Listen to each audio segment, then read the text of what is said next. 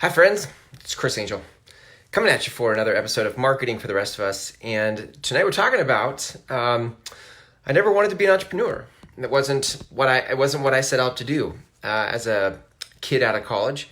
So I'll give you the backstory here in a second, but I invite you to listen to this for where it applies to you. So out of college, I didn't know what I wanted to do.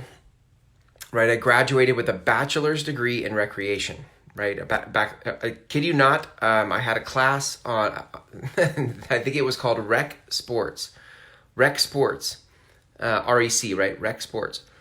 And it was, we did a couple of sessions on juggling and canoeing, and I kid you not. So I basically got a 4-year degree in how to play, which, by the way, in all defense of those who have studied leisure studies and recreation, etc., it is a ginormous business, right? Think about all the boomers, all the things we don't do when we're not working is basically recreation. So good for me. I had great vision thinking about recreation, but I didn't pick recreation in college because I wanted to be a recreation person.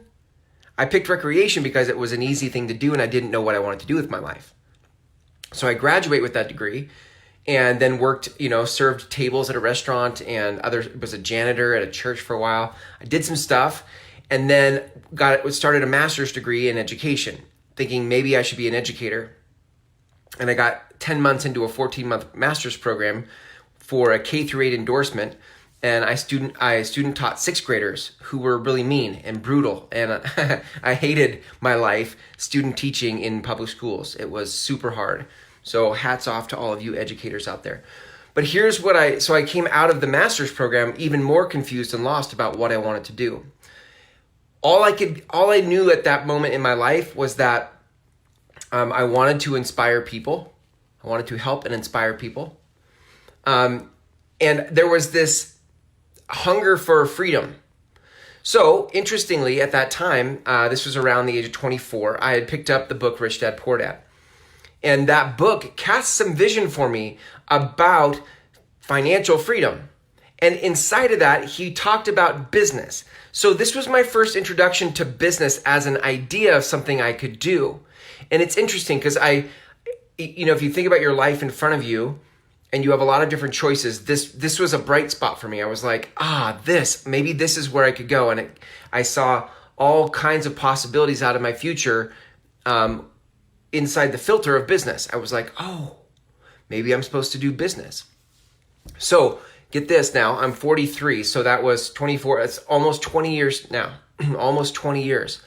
I went down the road of business, not because I wanted to be a business person, but because I wanted to inspire people and I wanted my own freedom. And business became the best vehicle to do that. At least that's because I tried being inside of other people's vehicles, other people's businesses, containers. And in those spaces I could inspire people, but I didn't have the freedom. And to go off on your own and to create freedom, but to not have financial providence is also a problem. And so this is why I loved business. I came to love business. I never set out to love business, but I came to love business. And so here's why this is important to you, because I think if you're like me, you want to help people. You want to inspire people. And you have been given some gifts and some perspectives to help people. Maybe you're a healer. Maybe you are a coach. But there's something hardwired in you to help others get free of something, right? There's something in you that wants to create change in the world. And so you, like me, have found yourself in business. But you also, like me, would not identify necessarily as an entrepreneur or a business person. At least that's not how it started. And maybe because you've been in business long enough, you now accept the title of entrepreneur or business person, but somewhere deep down inside, you still don't necessarily feel like that's who you are. So there's some problems that come from that, right? Some of the problems that come out of that are, one, you might feel like an imposter. So here you are masquerading around or going about your day as a business person all the time, feeling like you don't belong in business. And so that challenges the confidence in your decision making. if you're not confident about being a business owner and you're always second guessing, like, is this what I'm supposed to be? That can set you back in confidence. And so you might not be taking some chances where you should be taking chances simply because you don't believe in yourself enough, because you still don't identify as a business person. Okay. Another challenge that comes up when you don't identify as a business person and yet you find yourself in business is that you, well, I think I already said it, but I think you start going down the road of second guessing your direction in life, right? Here's what I would like for you. I would like for you to take the label of business off of this for a minute. Because I think the minute we start to put entrepreneur or business owner or any of that stuff, it comes with preconceived ideas of what that means.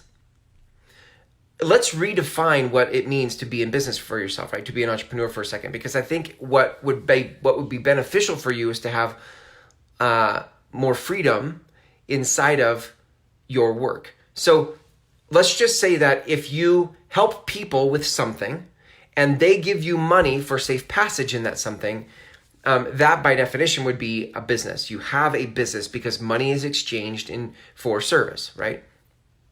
So you have a business, but that does not mean that you have to be a business person. It does not mean you have to be an entrepreneur. You simply are in business. You are in business.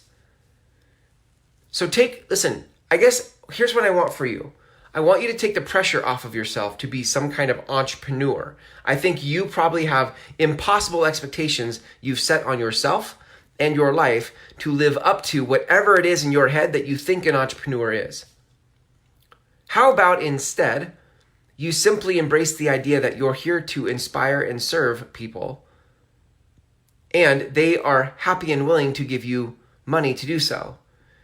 And you and I, in this tribe, we can call that a business for the sake of having a way to describe it. What is it? It is a business. Am I a business person? I don't know. I think there's all sorts of places where I fall short of being a typical entrepreneur. I would say I'm visionary. I have vision. But it's not like I'm a serial entrepreneur where I'm trying to create business after business after business. I just want to help people. So this episode tonight was inspired by a participant in one of our programs who has a huge heart for people and the world, but doesn't feel like an entrepreneur. And sometimes second guesses herself about whether she should be in business or not, right? Maybe she should just go back to the way it was. And I think that is not an uncommon experience for those of us who don't identify as business people, because we never saw ourselves that way. And yet, we crave the freedom to do what we want to do, and we need the financial resources to live in that freedom. And the best way to experience that is by having your own business. Okay, so I'm interested, I'm invested, I'm protective of you in your journey to help and serve people, because that's how the groundswell happens.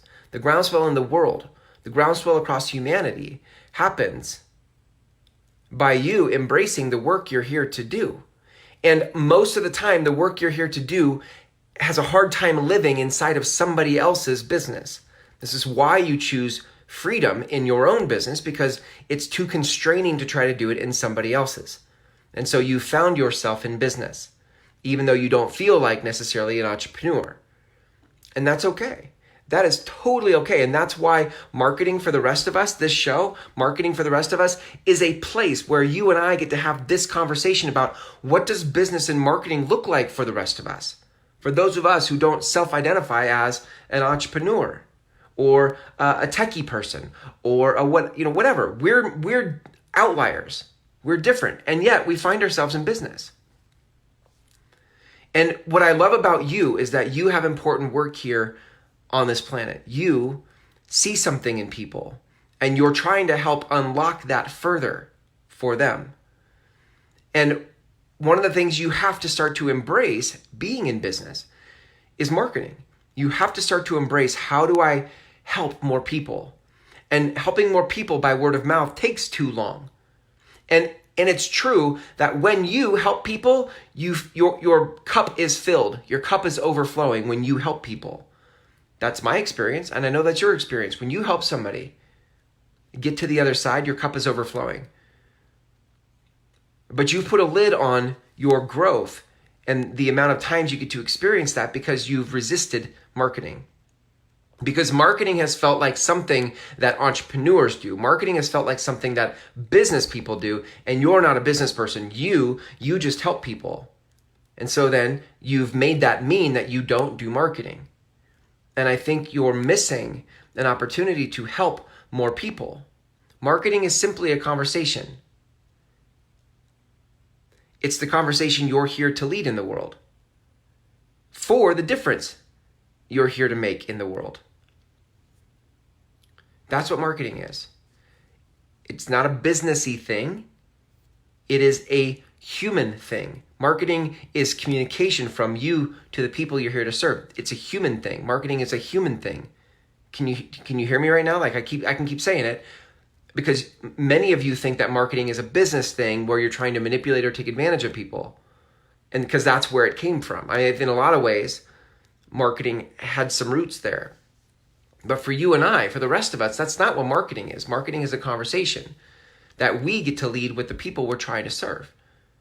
And in doing so, people get to know you for who you really are. And that's all that you and I ever wanted, was to help inspire people by being transparent, authentic, helpful, and using our gifts to set people free. Like that's what it is. And marketing is just you doing that with intention, right? In a leveraged way.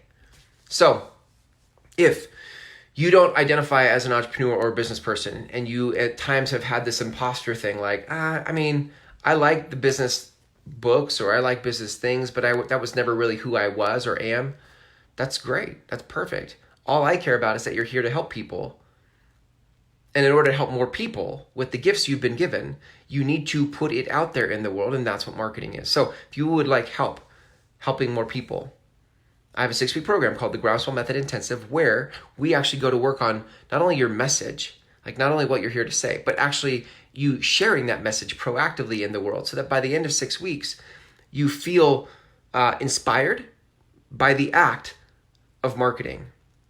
Seriously, like participants feel inspired by the act of marketing, where before and prior to those 6 weeks they spent with me, they were intimidated by marketing, resistant to marketing, inauthentic with marketing. But in a short amount of time, we get to the other side of that, where you start to really say what you want to say to the world. If you'd like help with that, you can go to groundswellmethod.com, groundswellmethod.com. The link is in the text of this post. And you can watch the free videos there. It gives you a sense of what we do in the 6 weeks. And at the end of those videos, you can apply for the program by clicking the apply button. Thanks for hanging out with me here tonight in this episode. I have a heart for you and all the important work you're doing in the world. Until tomorrow, when we go live again, here's to you and your important work.